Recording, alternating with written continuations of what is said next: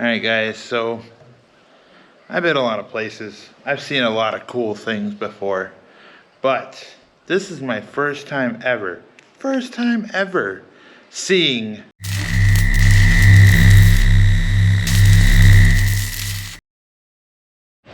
Hey guys, hanging out here today at Boulder Ridge Wild Animal Park.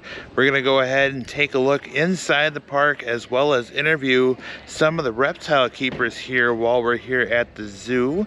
And we're gonna check out every animal here on campus. So let's go ahead and get started.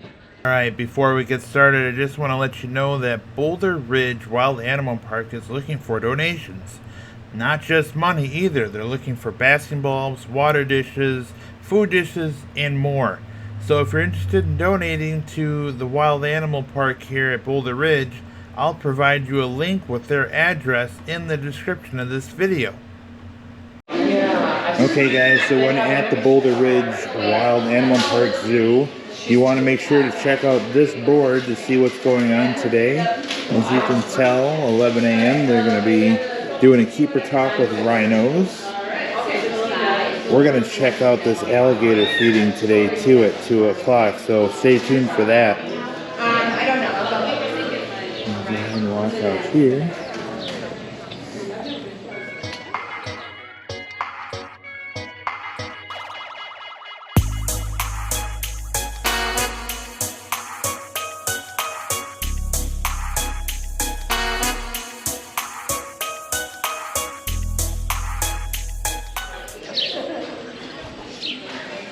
Hello? Hello.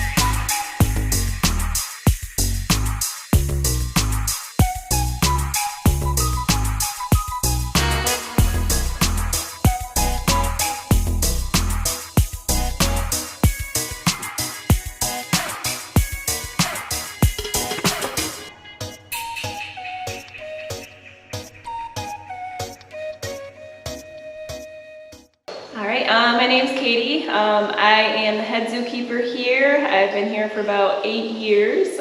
Reptiles tend to be my specialty, but I work kind of with a little bit of everything around here. Gotcha.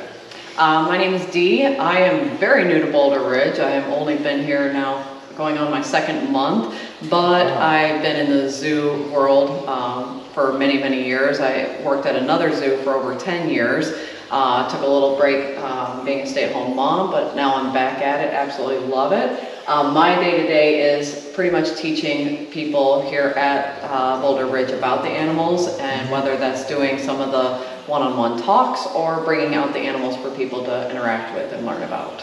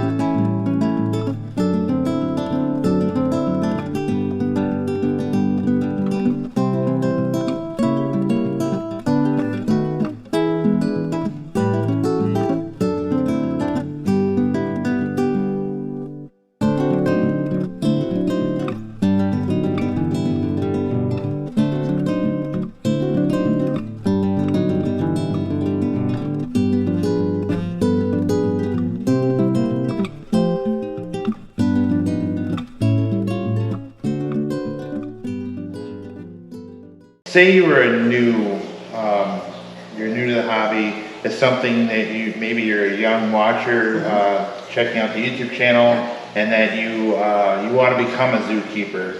What does that look like for you guys? Like, what sort of path would you suggest to a young viewer here on the YouTube channel? Absolutely. So first step is actually doing what they're doing right now and watching these videos online, subscribing to different channels. Honestly, getting as much education as you can, because that way you learn more so what is your own passion. So Katie, her passion is very much reptiles. A lot of other people, their passions are more big cats or maybe primates. So you kind of learn that not only through hands-on, but also through your own experiences and education. I would say definitely get involved in your local community. So if there's a local animal shelter that needs volunteers, they're always looking for people to help out in taking care of those animals before they get adopted. Many different wildlife parks or zoos have teen volunteer programs. That's something that maybe in the future Boulder Ridge will go into. We're not there yet, but we are looking at that for the future. But there are other places that do offer volunteer programs for teenagers. And then also as you get older, being an adult volunteer at different wildlife parks, zoos. You can go to school specifically if you wanted to go to college and get a degree in wildlife biology or animal husbandry. There's a lot of different schools that offer that career path, and then just applying wherever you can, because there is kind of high competition in the zoo world when it comes to being an educator or a zookeeper, but the more experience that you have, especially starting out young, is going to set you apart from other people. And also that willingness to chip out wherever. You know, you might have a specialty that you really love a particular animal, but if you're willing to work with many different types of animals, that sets you apart as well. Wonderful. How about yourself?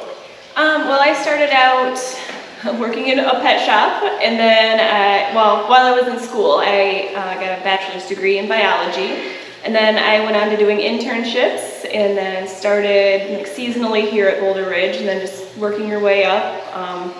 You gotta do some volunteering, just getting as much experience as you can working with the animals. Oh wow, look at this. Look at the little sulcatas. And then out here getting some sun. Some more sulcatas. Oh.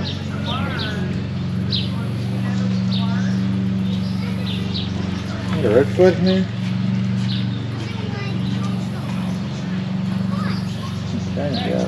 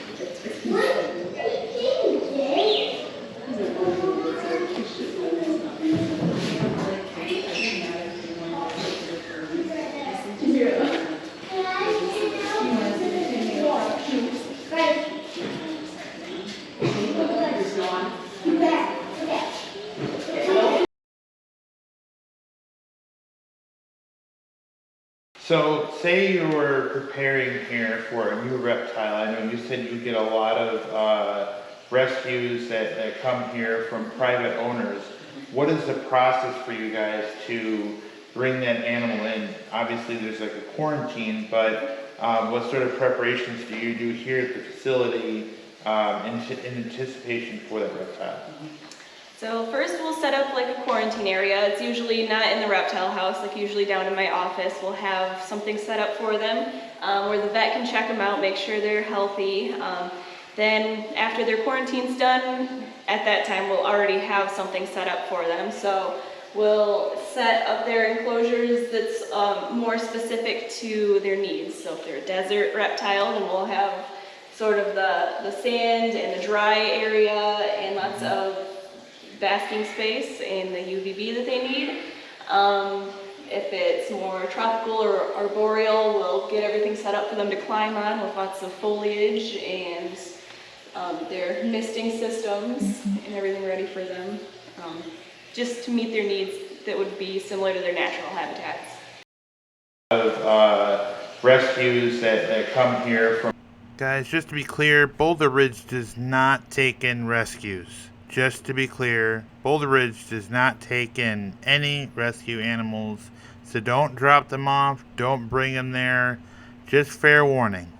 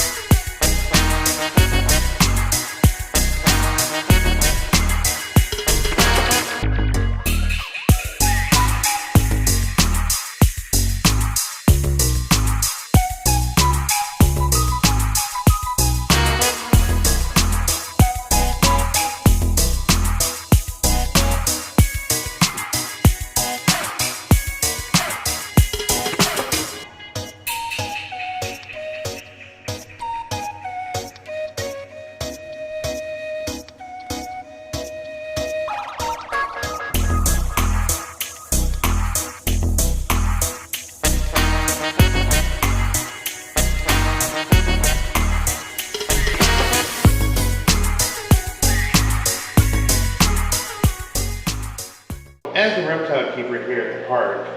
What does your day-to-day look like, and what is your schedule, and what's your favorite part of the day, kind of as the backup?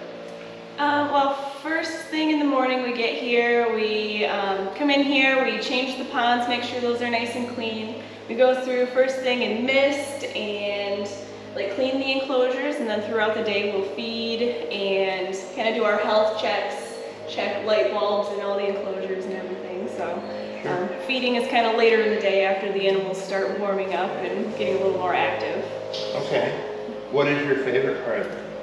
My favorite part of the day is probably around feeding time. I love alligator feeding because the public gets really excited for it. So we can have a couple people feeding the alligators while usually Dee walks around and talks to people about them. So it's a good educational opportunity, and it's just fun feeding the alligators.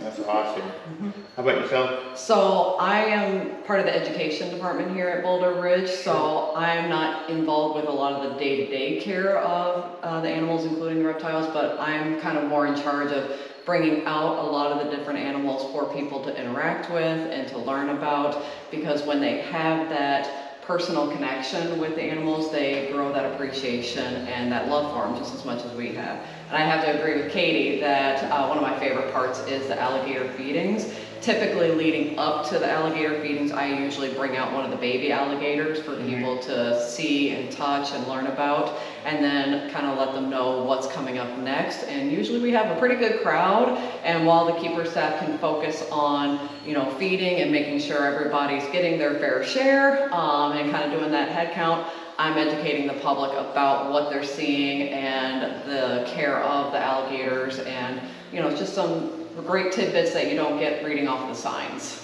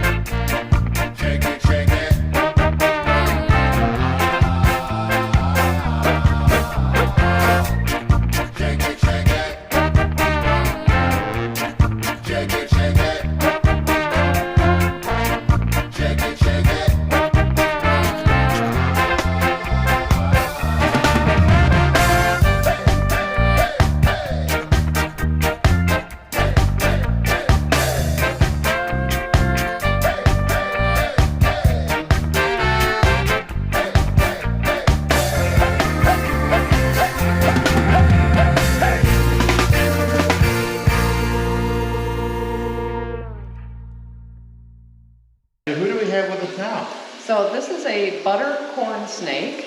They get that name butter corn snake because of the yellow colorations, kind of looking like butter, or I guess you could say butternut squash.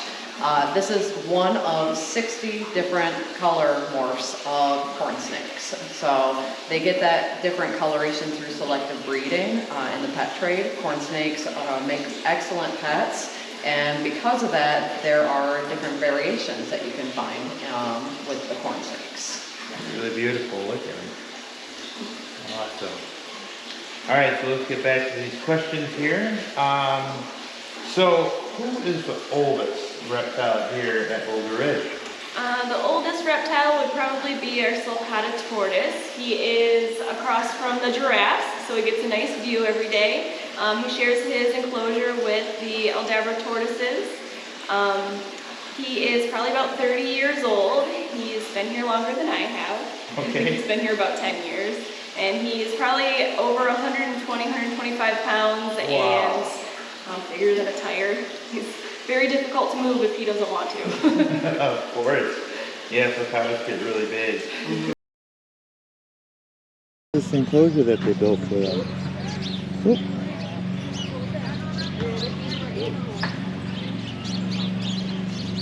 This is just insane.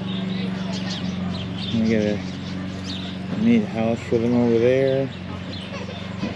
And here they are, all hanging out here and soaking up the sun. Incredible. Man, they're big. Absolutely big. The only tortoise bigger than the Aldabra is the Galapagos tortoise. So the Aldabra tortoise is the second largest, and the sulcata, which is in the back there, is the third largest tortoise in the world. Remember in the last video I was talking about tortoises you should avoid? Well, unless you have the real estate space and a place that's warm enough, this is why you should avoid buying these guys. Although, I really wish I could, because they're amazing. To hang out with these guys every day would be insane.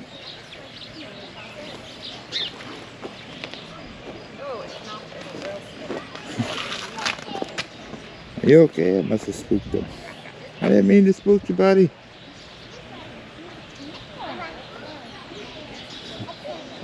Hi.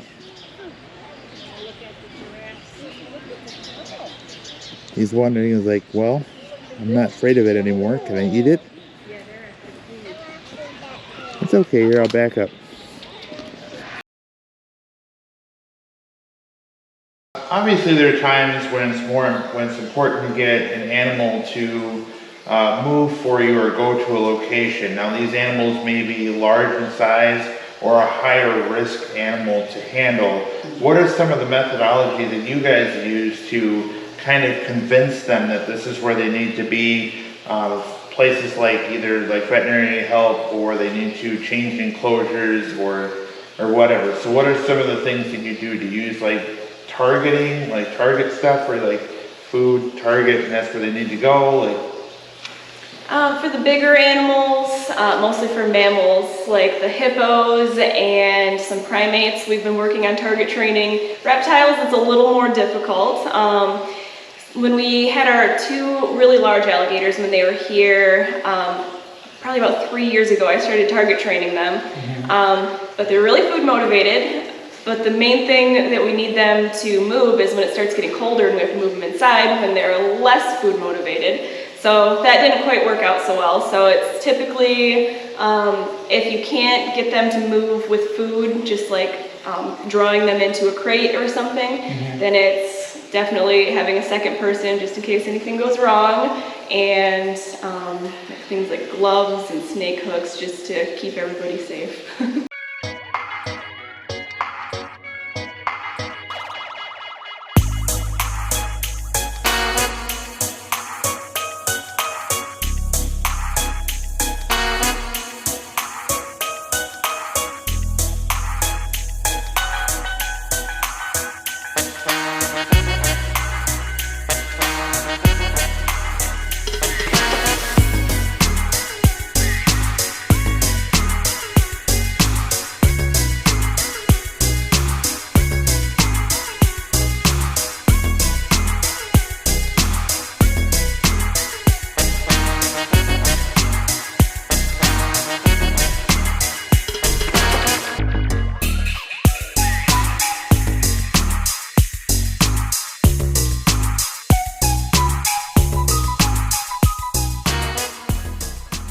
All right, guys, it is time now to get something to eat here at the Boulder Ridge Bites.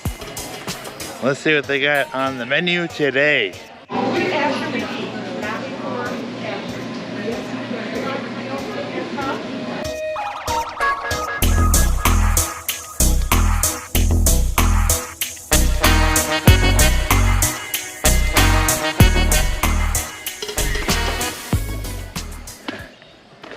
All right, guys, so as you can see, this place just keeps going. I totally underestimated just how big this place is and what they have to offer here.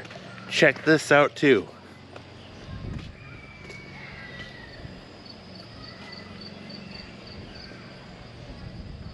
And a hippo exhibit. What is in here?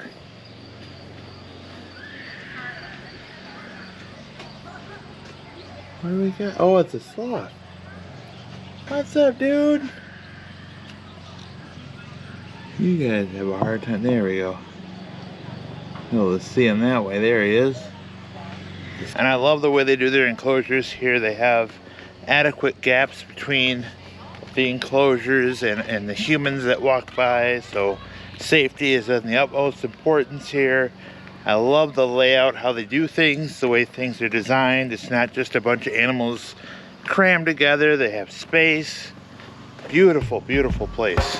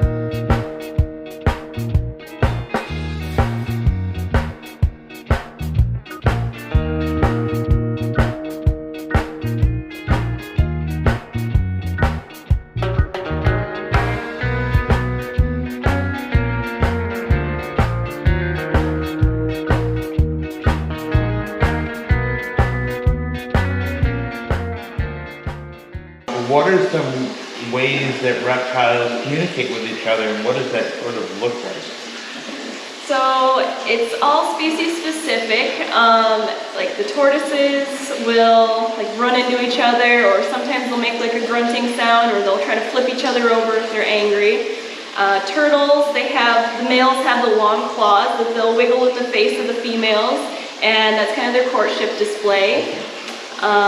Bearded dragons will puff out their beard and it'll turn a dark color, and they'll kind of flatten out, and that's either a courtship display or an aggression display depending on who they're displaying for.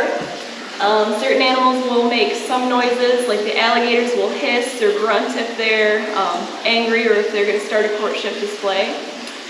Same with the chameleons, they'll hiss, they'll open their mouth, they'll change colors. They'll kind of turn their side and display so that they seem larger.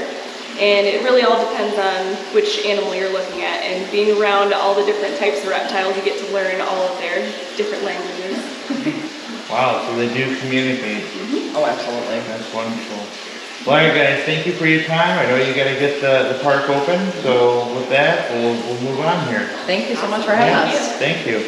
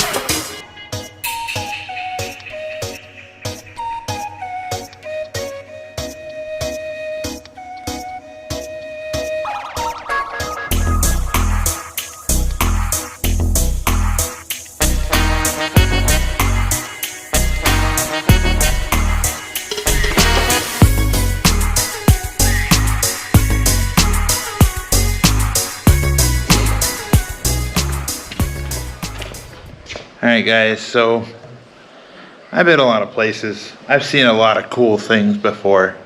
But this is my first time ever seeing rhinos. Holy crap.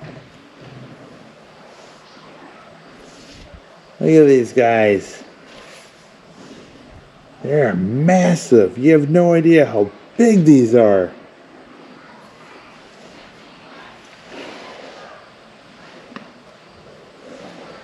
They are huge. Just hanging out here, soaking up the sun, relaxing. They got a nice big mud pit over there on the left. And then they got this really big indoor facility too to get out of the heat. I mean, it's really beautiful here how they have this set up. Just amazing.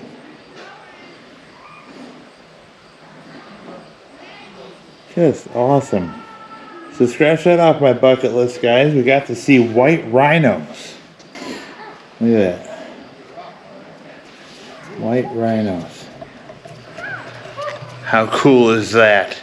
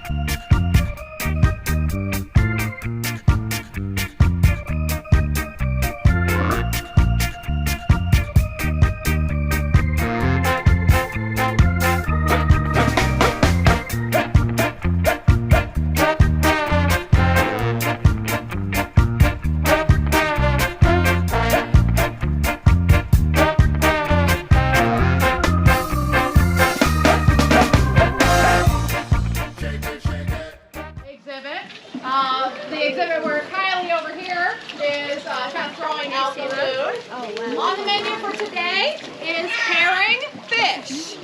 So the reason why I'm doing a lot of the talking is that it's really important for our keeper staff. So we have Keeper Kylie and we have Keeper Katie over there. It's really important for them to kind of keep track of who is eating and how much they're eating. So they're kind of doing those head counts and seeing who's coming up to them.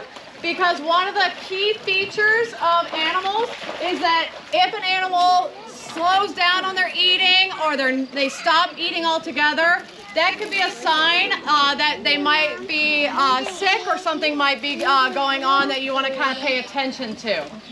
So it's really important for the keeper staff to kind of keep an eye on that and make sure everyone's getting their fair share of food. So 3 of the gators that we have here in the big pool are rescue gators or pest gators. They came from animal control. So 3 different people thought it was a really good idea to have an alligator as a pet. It is not. I really want to emphasize that because a lot of you did see the baby alligators and they do look so cute when they're little, but gators get big, they get aggressive, and then all of a sudden your pet dog is missing. So we want to encourage you to always love and appreciate gators here at Boulder Ridge or other. Alright guys, I had to resort to my phone because all 3 of my GoPro batteries have died. That's how big this place is. And check it out, we are hanging out here with Aldabra tortoises and sulcata tortoises that happen to be doing their business right here on camera. So check this guy out. Look at this guy. Hi. You're not shy at all, are you? So cool. What's up, buddy? Now, how old are these guys? I don't know exactly. I do know they're fairly young. Yeah. They were about half the size when I started here, like 8 years ago. So they're probably, what, 20-ish, 15, 20? Yeah. And it's just, it shows you how big they can actually get. They are massive. You're too far in the house, buddy. Yeah.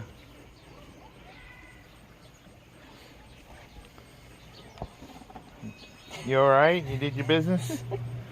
This is a, thank you so much. Not a problem. So cool. Hanging out with Aldabra, this is a bucket list thing for me. Awesome. And in case you guys are wondering, this is for reference. There's my hand and how big sulcatas can actually get. So please think twice before looking at these guys in pet stores. As I mentioned in my last video, 5 things to avoid when buying a tortoise. This is one of the reasons why you should avoid buying a sulcata. It requires so much work, so much space to take care of these guys that you really have to think about your decisions. Plus, they live a very, very long time.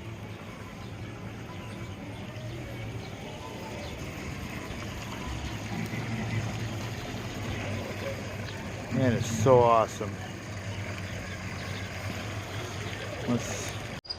Okay guys, well I think I've seen the whole place here now because there's so much to see here at the Boulder Ridge Wild Animal Park. Thanks for watching. Thanks for the subscribers. We just reached over 300, by the way. If you want to see more videos like this, please like and subscribe and you'll get notified when the next video is gonna be around. Thanks for watching.